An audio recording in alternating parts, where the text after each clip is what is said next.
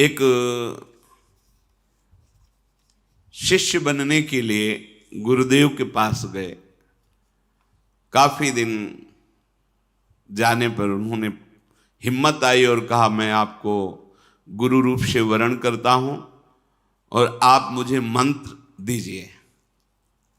तो उनका, इतने दिन के निरीक्षण में मैंने तुम्हारे अंदर क्रोध वृत्ति बहुत पाई है।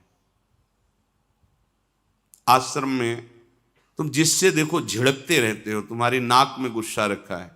हम मंत्र तब देंगे जब तुम इस गुस्से पर काबू कर लो। 1 वर्ष तुम्हें समय देते हैं, अपने क्रोध को काबू में करो, फिर तुम्हें हम मंत्र देंगे। 1 वर्ष तक तुम्हें कोई भी सताए, तुम्हें गुस्सा नहीं करना जी। 1 वर्ष पूरा हुआ, स्नान करके आ रहे थे।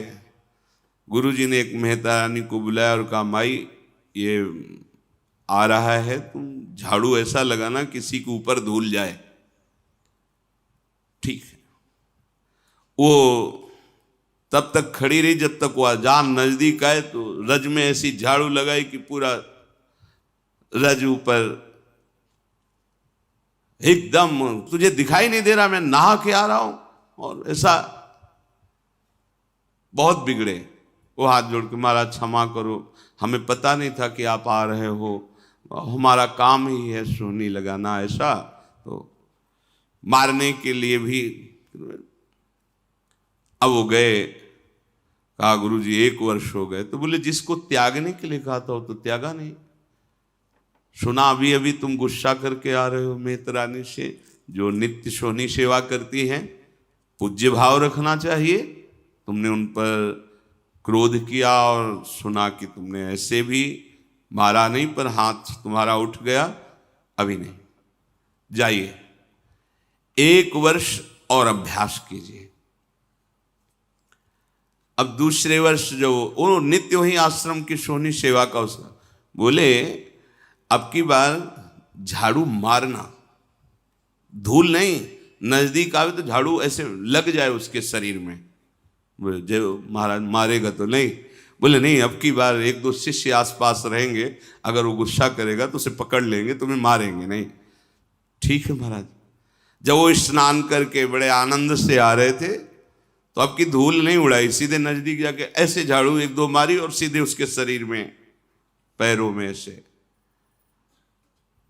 उसने कहा कि मूर्खा, तुझे समझ में नहीं है, मेरा 1 साल पीछे बर्बाद कर दिया। फिर दूसरा, मैं स्नान करके दीक्षा के लिए जा रहा था और बहुत कड़ुआ बोले, पर हाथ नहीं उठाया। गुरुजी, वाह देखो तुमने गुस्सा किया, अभी 1 वर्ष, जब तुम्हें गुस्सा ना आवे 1 वर्ष अभ्यास करो।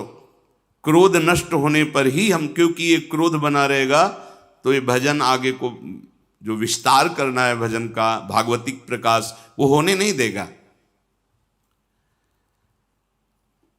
अब सोचो, जो अपने लोग परमार्थ में काम क्रोध लोभ आदि की वृत्तियों को ही नहीं देख रहे, मनमानी आचरण कर रहे, कैसे भगवत बोध होगा। गुरुदेव इतना समय हो गया और आपने एक बहाना बना लिया है कि गुस्सा करो। बोले दोष दृष्टि करते हो। और नहीं नहीं नहीं, क्षमा पर तो 1 वर्ष और, अगर भगवान नाराज हो जाए किसी कारण से तो गुरुदेव भगवान क्षमा कर दे, तो भगवान कभी अपराध नहीं मानते। हरि रूठे गुरु शरण है, गुरु रूठे हरि नाहि। यदि गुरु भगवान का हृदय संतप्त हो गया तुम्हारे आचरण से, तो तुम्हें भगवान श्री हरि सहयोग नहीं करेंगे। अगर श्री हरि नाराज हो जाए और गुरुदेव भगवान का वरद हस्त है, कुछ नहीं बिगड़ने वाला। गुरुजी ने कहा कि अब तुम्हें 1 वर्ष तक पुनः अभ्यास करना है। 3रा वर्ष गंगा स्नान करके आया। गुरुदेव ने कहा, आपकी बार कूड़ा भर के पूरी टोकरी रखना, जितना जूठन पत्तल सब आते उसकी खोपड़ी से डाल देना। ऐसा ही किया। जे भी नजदीक आए पूरा वो सब पवित्र जो प्रसादी दोना पत्तल झाड़ू से लगा के जो कूड़ा कर सब उनके ऊपर से डाल दिया। तुरंत उन्होंने घुटने टेके और चरण पकड़ा और कहा, मां मैं समझ नहीं पा रहा था कि आपका उद्देश्य क्या है। कहीं न कहीं गुरुदेव भगवान की हम पर कृपा है, मुझे आज दोबारा स्नान करने का सौभाग्य मिलेगा गंगा जी का। लौट गए, नहा के आए, कहना नहीं पड़ा गुरु मंत्र दे दो, आओ गुरु मंत्र।